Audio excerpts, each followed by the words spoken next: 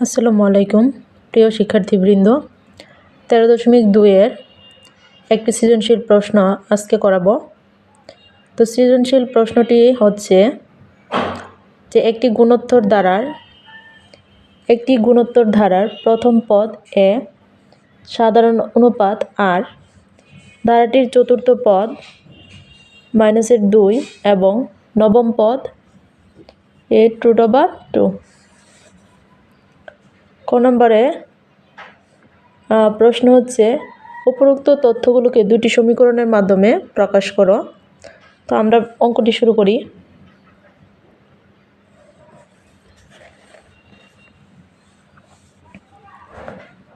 আমরা কি করব, প্রথমেই দেওয়া আছে লিখে নেব যে দেওয়া আছে, যেহেতু এটা গুণোত্তর দ্বারা তাই আমরা দেওয়া আছে গুণোত্তর দ্বারার প্রথম পদ লিখব যে কি, যে এ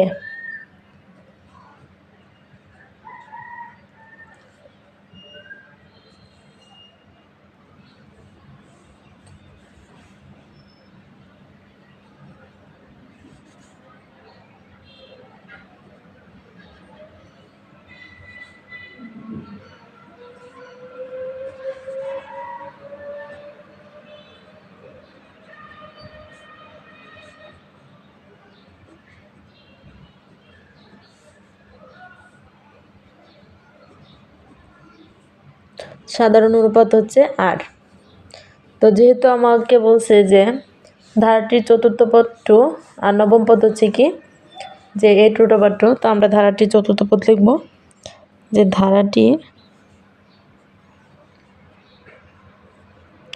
ধারাটির চতুর্থ পদ সমান হচ্ছে -2। আমরা গুণোত্তর ধারার ক্ষেত্রে n-তম পদের সূত্র কি জানি, যে n-তম পদের সূত্র হচ্ছে যে a⁴n-1। এটা হচ্ছে আমাদের নোট। তো আমরা এখন এখানে কি লিখব, যে a⁴ চতুর্থ পদ বলাই আমরা কি লিখবো, n এর জায়গায় শুধু 4 লিখবো আর কি, যে 4 - 1 সমান -2, বা a4 থেকে 1 বিয়োগ করলে হচ্ছে 3 সমান হচ্ছে -2। এটাকে আমরা 1 নং সমীকরণ দিয়ে দিব, যেটা 1 নং। তো আবার আমরা কি করব, যে নবম পদ a√2, নবম পদ a√2, বা সেমভাবে a⁴ যেহেতু নবম পদ তাই আমরা কি করব, যে 9 - 1, বা a⁴ 9 থেকে 1 বিয়োগ করলে 8√2। এখন এটাকে আমরা 2 নং সমীকরণ দিয়ে দেব। তাহলে আমাদের ক নম্বরের আনসার শেষ। এখন আমরা খ নম্বর অঙ্কতে যাব। যে খ নম্বর অঙ্কটিতে কি বলছে, যে ধারাটির 12তম পদ নির্ণয় করো। তো এখন আমরা এর মান আর এর মান বের করব, তারপরে আমরা অঙ্কতে যেতে হবে। এখন আমরা কি করব, যে খ নম্বরে লিখব যে ক হতে পাই,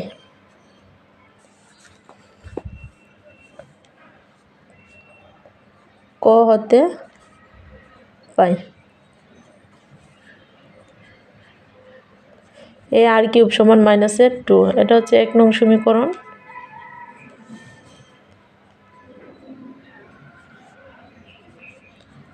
a√2 এটাকে আমরা 2 নং সমীকরণ দিয়ে দিব।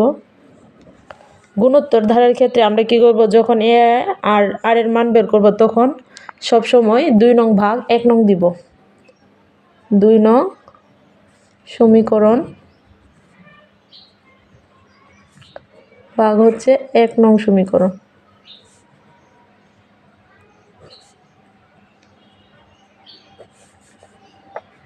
তো এখান থেকে আমাদের দ্বিতীয় সমীকরণ থেকে হচ্ছে 2 নং হচ্ছে এটা a⁴ ভাগ হচ্ছে এখানে আবার প্রথম পদটা 1 নং সমীকরণ থেকে বাম পক্ষ নিব, সমান দিয়ে নিব। আবার 2 নং থেকে ডান পক্ষের রাশি নিয়ে নিব, আবার মানে 1 নং সমীকরণ থেকে ডান পক্ষের রাশি নিয়ে নিব। এখন কাটাকাটি করব। এ কাটা, আর কিউব হচ্ছে এখানে আর 3টা, আর এইখানে আর কিউব, এইটা হচ্ছে আর 8টি আছে।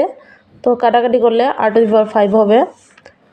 এইখানে হচ্ছে 4 বা r⁵ যেমন -4√2।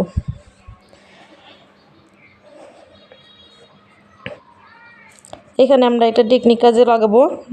যেহেতু এখানে আর এর মান বের করার জন্য বলছে, তো আমাদের উপরে 5 ঠিকই থাকবে। তো এখানে যেহেতু বিজোড় সংখ্যা 5, তো এখানে মাইনাসটা দিয়ে দিতে হবে। মাইনাসের জন্য উপরে বিজোড় সংখ্যা হলে কি হয়? মাইনাস, আর জোড় সংখ্যা হলে প্লাস। তো 4√2, আমরা জানি কি যে √2 এ দুইটা কি হয়? হোল স্কোয়ার হয়ে 2 হয় আর কি। তো এরকম আরও যদি দুইটা লিখি, তাহলে কি দাঁড়াচ্ছে আমার? যে 2 2 কত? 4। তো √4টা মানে হচ্ছে 4, আর এইখানে একটা আছে 5। এই যে আমাদের মান হয়ে গেছে যে √2 এর উপরে 5 দিলেই কি 4√2। সুতরাং বাম পক্ষ ডান পক্ষ থেকে 5 বাদ, যে r কত? -√2। এখন আমরা কি করব? যে r এর মান 1 নং এ বসিয়ে অথবা 2 নং এ বসিয়ে পাই। r এর মান 1 নং সমীকরণে বসিয়ে পাই। কি পাই? যে এখানে আর এর জায়গায় বসিয়ে দেব মানটি শুধু, যে -√2 কিউব সমান হচ্ছে -2 বা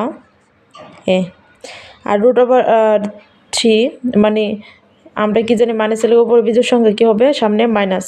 আর √2 এর উপরে কিউব মানে হচ্ছে কত? যে √2 হচ্ছে 3টি। তো 2টি জানি কি আমরা হোল স্কোয়ার হয়ে এরকম একটা এক্সট্রা থাকে আর কি, যে 2√2 ইন্টু আকারে আছে। ওইখানে গিয়ে কী হবে? যে ভাগ হবে মাইনাস সহকারে। তো এইখানের মাইনাস এইখানের মাইনাস কাটা। তো আমরা কি করব? যে উপরে মনে মনে 1 ধরে নিব, যে 1/√2, আর উপরে আর নিচে মাইনাস কাটা আর কি। তো এর মান আর এর মান আমরা পেয়ে গেছি। তো এখন আমরা ধারাটি নির্ণয় করব। আর যেহেতু আমাদেরকে কি বলছে যে ধারাটির 12তম পদ নির্ণয় করো, তো আমরা কি করব? ধারাটির 12তম পদ নির্ণয় করব। যে সুতরাং আমরা জানি n-তম পদ সমান ar⁴n-1। সুতরাং 12তম পদ সমান হচ্ছে ar⁴n জায়গায় শুধু 12 হবে, 12-1। ar⁴11 এর মান হচ্ছে আমরা কত পাইছি? যে এর মান হচ্ছে 1/√2, আর এর মান হচ্ছে -√2 এর উপরে 11।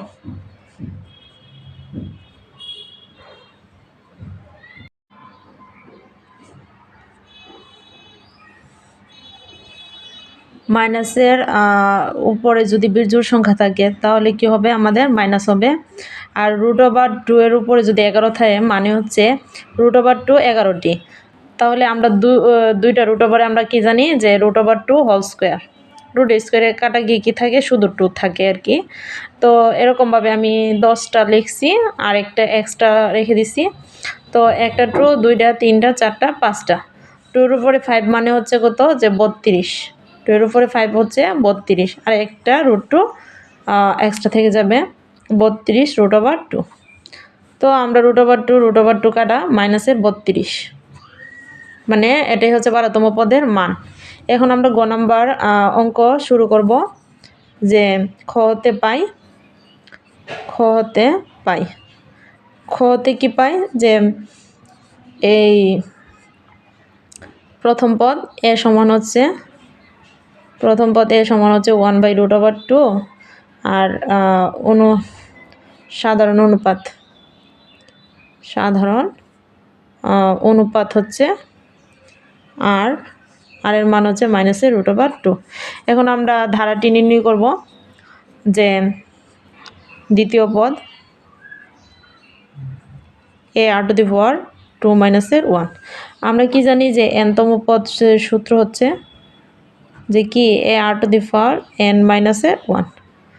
তো আমরা কি লিখতে পারি এই যে a r⁴ 2 মাইনাসের 1, 2 থেকে 1 বিয়োগ করলে 1, 1 লিখতে হয় না, এর জায়গার মধ্যে এর মান বসিয়ে দিব আর r এর জায়গার মধ্যে r এর মান বসিয়ে দিব। তো এই √2 কাটা আমাদের কি থাকতেছে মাইনাসের 1, কিছু না থাকার মানে হচ্ছে মাইনাসের 1। এখন আমরা তৃতীয় পদ করব। তৃতীয় পদ হচ্ছে a r⁴ 3 মাইনাসের 1 ar²। তো এর মান হচ্ছে 1/√2, আর এর মান হচ্ছে √2 হোল স্কয়ার। 1/√2 মাইনাস হলে উপরে জোড় সংখ্যা প্লাস হয়ে যাবে, আর √2 এর উপর স্কয়ার মানে হচ্ছে √2/2 দুইটি, এটা কাটা √2। চতুর্থ পদ হচ্ছে কত, যে 4টি পদ পর্যন্ত আমরা করব আর কি, যে r⁴ মাইনাসের 1। চতুর্থ পদ হচ্ছে a r³ এর জায়গায় এর মান, আর এর জায়গায় আর এর মান,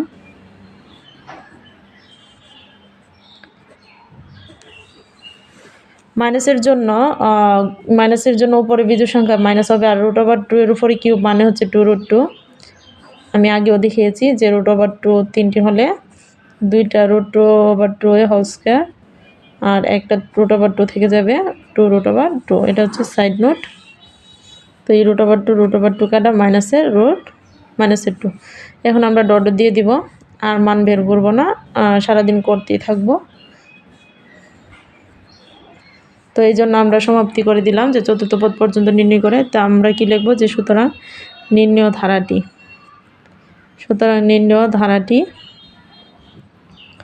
যে প্রথম পদের মান হচ্ছে 1/√2, দ্বিতীয় পদ পাইছি আমরা হচ্ছে মাইনাসের 1, তৃতীয় পদ হচ্ছে প্লাসের √2, চতুর্থ পদ হচ্ছে মাইনাসের 2। একটা জিনিস খেয়াল করতে হবে, একটা প্লাস একটা মাইনাস, একটা প্লাস একটা মাইনাস, তারপর কি হবে একটা প্লাস দিয়ে আমরা ডট দিব, ঠিক আছে। এখন আমরা কি করব, ধারাটির কততম পদ আমাদেরকে বলা হয়েছে যে ধারাটি নির্ণয় করে প্রথম 7টি পদের মান নির্ণয় করো। 7টি পদের মান এখন নির্ণয় করব। তো আমরা জানি যেহেতু r ইকুয়াল টু কত, যে মাইনাসের √2, সেহেতু 1-এর চেয়ে r এর মান ছোট, যেহেতু মাইনাসের মান অলওয়েজ কি 1-এর চেয়েও ছোট। তো 1-এর চেয়ে r এর মান ছোট হলে এই যে মানে 1টা হচ্ছে হাঁ করে যেটা থাকবে এটা সবসময় কি থাকবে, বড় থাকবে আর কি। তো আমরা কি করব, যে 7টি পদের সমষ্টি সূত্রটি লিখব, যে 7টি পদের সমষ্টি সূত্র, 7টি পদের সমষ্টির সূত্র হচ্ছে বড় হলে মানে ছোট হলে সূত্র হচ্ছে 1-এর চেয়েও যদি r এর মান ছোট হয় তাহলে সমষ্টির সূত্র হচ্ছে a × 1 মাইনাস r⁴ n আর কি, 10 এর জায়গায় 7 হবে 1 মাইনাসে r। তো এখন আমরা যার জায়গাতে মান বসিয়ে দিব আর কি, যে 1-এর মান এর মান হচ্ছে √1/√2, 1 মাইনাসের √2 উপরে 7, এইখানে সেকেন্ড ব্র্যাকেট দিয়ে দিব, মাস্ট সেকেন্ড ব্র্যাকেট 1 মাইনাসের √2, ঠিক আছে। এখন আমি কাজ করব, যে 1/1 আর মাইনাসের জন্য মাইনাসের √2 এর জন্য কি করব, যে মাইনাসের জন্য উপরে বিজোড় সংখ্যা কি হবে মাইনাস, আর √7 মানে হচ্ছে কি, আর √7 মানে হচ্ছে কয়টা, 7টা।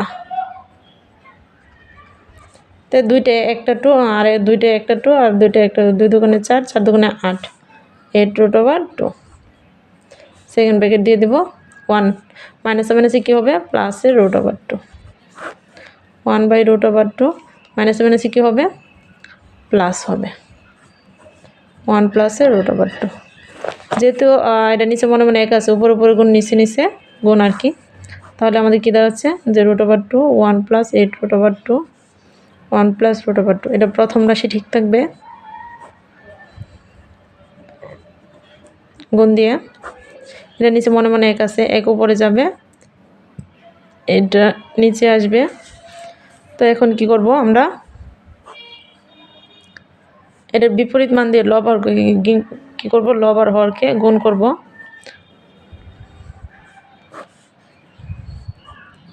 ব্র্যাকেট দিয়ে দিব আমরা। এখন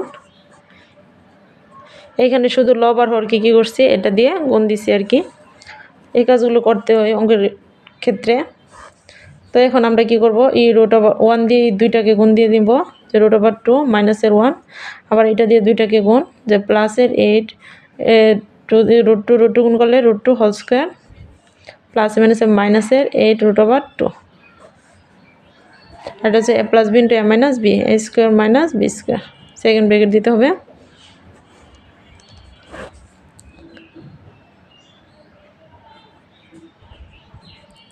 এখন হচ্ছে 8 আর √এর স্কোয়ার কাটা 2, √এর স্কোয়ার কাটা 2 মাইনাসের 1, 8 দুগুণে 16, 2 থেকে বিয়োগ করলে কত 1। এখন আমি আর অপর পৃষ্ঠে যাচ্ছি না সুবিধার ক্ষেত্রে আর কি, এই জন্য যে 16 থেকে মাইনাসের 1 বিয়োগ করলে কত হচ্ছে আমাদের প্লাসের 15 আর কি। আর মাইনাসের 8টা √2 থেকে একটা প্লাসের 2 চলে গেলে মাইনাসের 7 √2, আর এইখানে হচ্ছে √2। এইখানে অনেক সময় এইভাবে অঙ্কটি থাকে যে √2 দিয়ে 15 মাইনাসের 7 √2। তো আশা করি অঙ্কটি বুঝতে পারছো সবাই।